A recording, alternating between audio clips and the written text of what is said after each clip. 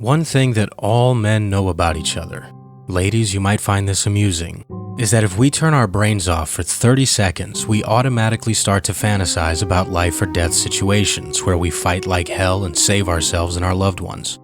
We imagine these scenarios before falling asleep at night, on our way to work, during a lull in the conversation, anywhere, anytime, always. Probably an evolutionary remnant from the caveman days. When we're boys, we imagine aliens attacking, or a dragon, or a Sith Lord. Then we get older and it's bullies and bank robbers. Then we start living on our own, and we imagine home invasions. I gotta say, the fantasy is much more fun than the reality. Because no matter how many scenarios I came up with my whole life, no matter how many criminals I beat to a pulp in my imagination, I was desperately ill-prepared for when it really happened.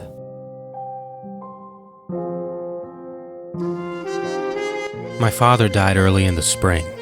It was a fast illness and he didn't suffer much. The October before that, there was a hurricane that blew down a part of the fence in my parents' backyard. On the other side of that fence is an empty lot. My father was a bit too weak by then to fix it, and my parents struggled too much financially to hire anyone. None of our family lives near us, and I was taking winter courses and stayed away at university for the spring semester. So when I came back home for the summer, my dad was gone and the fence was still down. But I was home, and so was my older sister, and even though the family was smaller than when we'd left, we were together again, and my mom wasn't alone. Another thing about men, if we had a good father, all we ever really want our whole lives is to make him proud. And I'm not sure I ever did that. I was always kind of lazy, unmotivated, and I didn't have the heart to tell him that the reason I was in those winter classes wasn't to get ahead, but to catch up. I'd failed 2 courses in my first semester. I never really handled my responsibilities as well as he would have liked, not if it meant I could get an extra hour or 2 of sleep. Ironically, the nightmares I had of disappointing him were what kept me up most nights after he died. Anyway, I was 3 days into my visit home for the summer when the story begins. It was 2 in the morning and I was asleep in my old bedroom, where the windows look out at the street. My sister's room is next to mine and her window looks out at the side of the house. Not a great view. But the master bedroom is on the other side of the hallway, so my mom's windows look out at the backyard, right at the part of the fence that was broken down. So when she looked out her window, she could see the empty lot behind our house and the houses on the other side of the street parallel to ours. I can't imagine how frightened she must have been that night, waking up to the strobing light in the window, reaching for her husband who wasn't there, looking out, seeing what she saw. I woke up to loud banging on my door and my mom's frightened, crying voice on the other side of it, whisper shouting, "Steven, wake up, please. There's someone in our backyard." I ran out in my pajamas and my mom stood there, pointing down the hall toward her bedroom. I told her to get in the bathroom near my bedroom and I went into hers. All the lights were off, and right as I reached for the switch, I decided against it. If the intruder was visible from the window, the last thing I wanted was for him to go hide somewhere I couldn't see him. The curtains on my mom's window were closed. I dreaded opening them and seeing a face looking right back at me. But my feet were moving toward it. I wasn't quite in control. I came to the window and pulled the curtain an inch. With one eye, I looked out at the backyard I'd grown up playing in, where I would look back into this very window and see my mom folding laundry or my dad fixing a shelf right where I now stood. Hell, I'd fought dragons and aliens and Sith Lords out there 1,000,000 times and I'd come out victorious, but this was different. It wasn't in my imagination anymore. The threat didn't need to be from outer space or a distant mountain or the depths of the earth. For this to be the most frightening moment of my life, there only needed to be a human being out there. And that's what I saw. Across the yard, right in the gap in the fence, a man was standing. The yard was pitch dark, so all I could see was his silhouette against the street light on the other side of the empty lot. He was a large man and he was swaying left and right, occasionally dipping his head low like he was trying to adjust his vision to see in through the window. My stomach was in my bowels, my throat was dry. My palms felt like I'd just dipped them in a bowl of water. I patted them against my legs, searching, and I realized I hadn't brought my phone with me. I looked at the nightstand where my mom always keeps hers and it wasn't there. I was praying that she was in the hallway restroom using it to call the police. I couldn't lose sight of this man. He was too big to be afraid of my scrawny frame, so I couldn't chase him off or fight him. I knew what I had to do, and it had to be quick. I rushed into my mom's restroom and opened the cabinet where my dad had always kept his revolver. It was still there. bullets right next to it. I'd gone shooting with him a few times, so I knew how to load it, hold it, and fire it. But it was heavy, and the metal was cold to the touch. I went back to the window and the man was still there. This time he was in a position that was frightening to look at in a silhouette. It startled me, and my bowels shook. His head was tilted to his right shoulder, and his right elbow was sticking out. I wanted to shoot him then and there just to stop it from being so frightening. But I couldn't imagine killing someone. I gulped down saliva I didn't even have. The lights were still off and I was praying he couldn't see me. Though on the quiet night, I was sure he'd hear what I was about to do. I unlocked the window and slowly inched it open sideways until the barrel of the revolver could fit through it. I set my eyeline properly and aimed right at him, resting the barrel on the windowsill. I felt the resistance of the trigger pressing back against my finger and I couldn't bring myself to shoot. What was I doing? I couldn't believe I was in this situation. Why hadn't I brought my phone with me to call the police?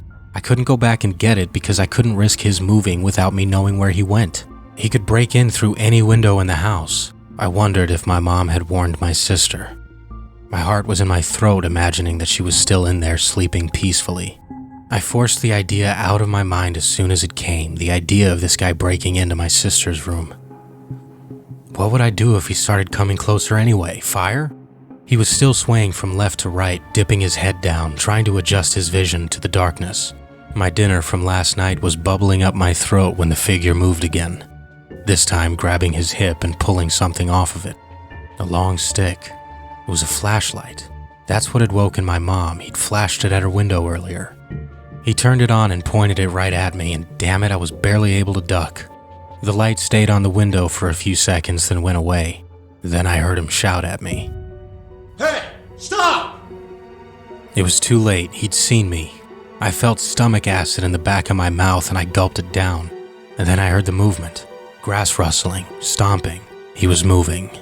And it was time. But from behind me I heard the bathroom door open in the hall. Mom was coming. Please no, I thought. Please don't watch what I'm about to do. I came back up and opened the window all the way. The man was running quickly in my direction. All my fantasizing about this moment, the moment of truth had come. The man reached for his hip and pulled something else out. I knew instantly what it was. I stuck my entire arm out the window and aimed at him. Then from behind me, my mom shouted, Police! It's the police! I looked back at her, then back out the window. The man was gone, and I could still hear him running. He had been coming toward the window, but only because it's on the edge of the house. He was running around it. I instantly grew nauseated as I realized what was happening. I had narrowly avoided shooting a police officer. The tilting of his head to his shoulder, he was whispering into a radio. The flashlight, the ducking, he wasn't staking out the house. He was looking for someone who was already here. I heard the wrestling on the side of the house, two voices, the police officer's and someone else's, a man's. Through the gap in the fence across the empty lot, there was a police cruiser on the road. I hadn't seen it earlier because the officer was standing in the way. Just then, I heard the door open down the hallway. My sister came screaming. There's someone outside my window! I ran to her bedroom and I heard the wrestling. Right outside her window was the side of the house. I opened the curtain and there were two police officers on top of a man, wrestling him into submission. It's okay, I said. They got him.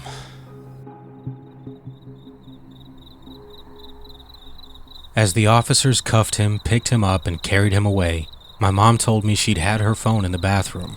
She had called the police and they told her that the man we were looking at was a police officer who had eyes on a murder suspect hiding in our backyard. A few seconds later, an officer came to the door letting us know that we were safe. The man had shot someone at a bar just outside of the neighborhood and fled here. And when he saw the gap in the fence, he decided our backyard was a good place to hide. But the police had been on his tail. When the officers left, we had something of a family group hug, and my mom told me I had done the right thing. I said, "How can you say that? I almost shot a police officer." She said, "You didn't know. All you knew was that you had to stand between a threat and your family, and you did." We were too shaken up to go back to our bedrooms, too many windows. So we sat in the living room until the sun came up, and we all fell asleep there. I had a dream that didn't have many details. I just remember that my dad was there, telling me he was proud of me. I haven't dreamt of him since.